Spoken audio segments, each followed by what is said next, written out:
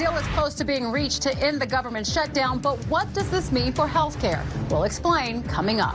Live, streaming, and on the News 3 app. This is News 3.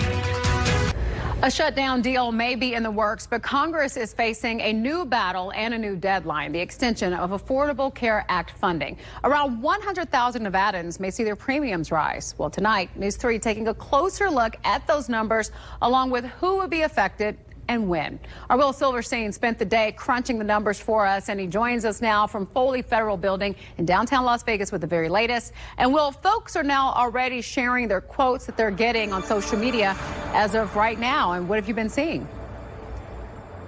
Yeah, they're sharing their posts on social media and sharing those quotes there, mostly because this is a younger generation of people. We're talking about people that their first time that they may be paying for health insurance, maybe in the era when they had the subsidies existing for them. That era may be expiring soon, in part because this, as you had just mentioned there, LaToya, the ACA not included in part of this government shutdown deal that was approved by Nevada Democratic Senators Catherine Cortez Masto and Jackie Rosen. They both do suggest still that health care remains a priority. This is an all of us problem, and it's a right now problem. With an emphasis on the right now, open enrollment has begun across the country and right here in Nevada. The period runs from now until January 15th, but many are wondering if their premiums will be on the rise before then, as Affordable Care Act subsidies will expire on December 31st. That invokes worry on Capitol Hill for Nevada Senator Jackie Rosen.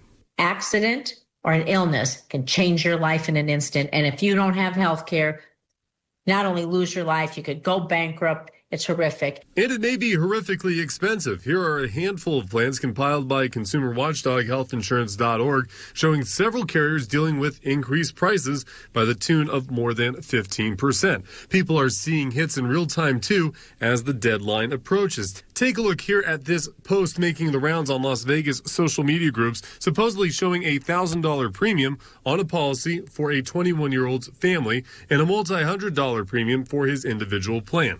Commenters suggesting that this person is getting the welcome treatment to expensive health care. Some wishing their premiums were lower. Others saying the money they pay for insurance is better spent elsewhere, and even dropping the provider. Nevada Senator Catherine Cortez Masto says Republicans have a chance to continue to subsidize the Affordable Care Act to keep premiums like ones you just saw at lower levels. If they're not true to their word, then they own it.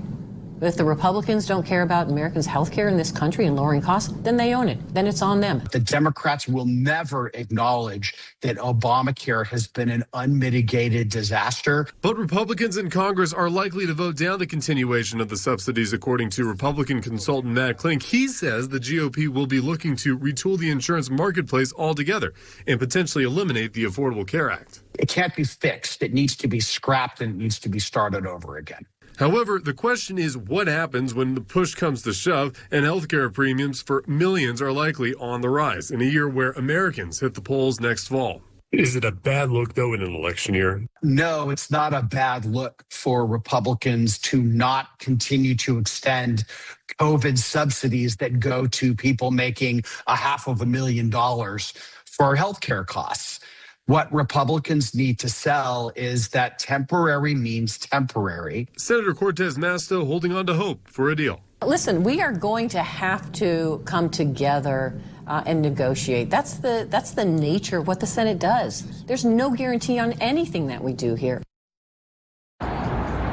And speaking of no guarantees, that shutdown deal is still just in the works right now, not approved yet. It has to be approved by the House, then goes up to the president to sign. And then that debate is just that on the ACA. It is still a debate. That vote that we heard Senator Rosen talk about, still scheduled for sometime mid-December. But just that, if you think about maybe mid-December, December 16th, that's only 15 days before those subsidies could expire.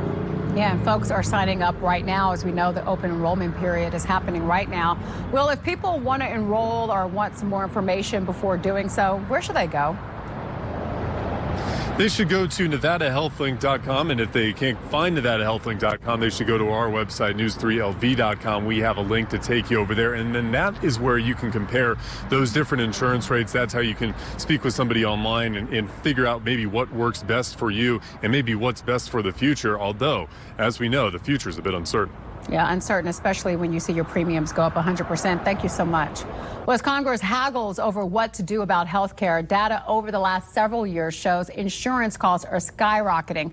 According to research firm the Kaiser Family Foundation, KFF, the average family in the U.S. currently pays more than $6,800 annually for coverage. The average for their employers, well, $20,000 per family. Back in 1999, employers only paid $4,200 and their families paid $1,500.